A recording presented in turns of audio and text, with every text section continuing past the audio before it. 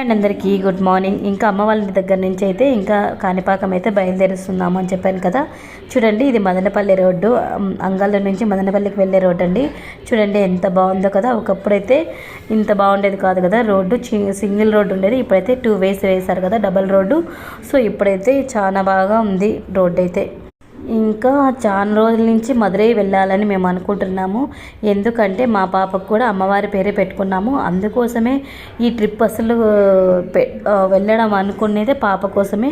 So మేము మాత్రమే వెళ్తే బాగోదు కదా, అందరం కలిసి వెళ్దాంలే అని అనుకునేసి ప్లాన్ చేసుకున్నాము. కొన్ని అనివార్య కారణాల వల్ల మా అత్త వాళ్ళని అయితే మాతో తీసుకెళ్ళట్లేదండి.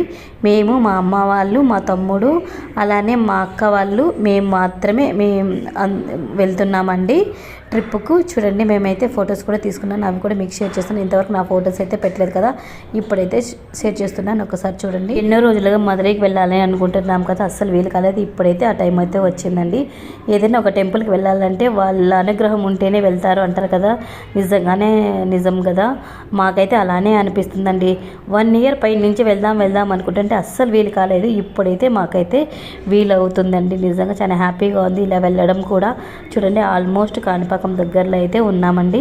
ఆ రోడ్లు అన్నీ కూడా ఎంత బాగున్నాయో కదా. ఒకప్పుడు అయితే లాంగ్ జర్నీ చేయాలంటే చాలా టైం పట్టేది, రోడ్లన్నీ బాగుండేవి కాదు కదా. అంటే సింగిల్ రోడ్ అయితే ఉండేది, రోడ్ బాగుండేవి కాదని కాదు, సింగిల్ రోడ్ ఉండేవి కదా.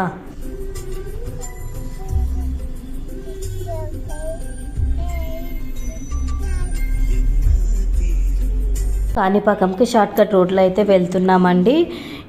మెయిన్ రోడ్లో వెళ్ళేదానికంటే ఒక షార్ట్కట్ రోడ్డు ఉందండి, ఆ రోడ్లో అయితే వెళ్తున్నాము. నిజంగా ఎంత బాగుందో అసలు, ఆ రోడ్డు చూస్తూనే ఉండాలనిపించింది.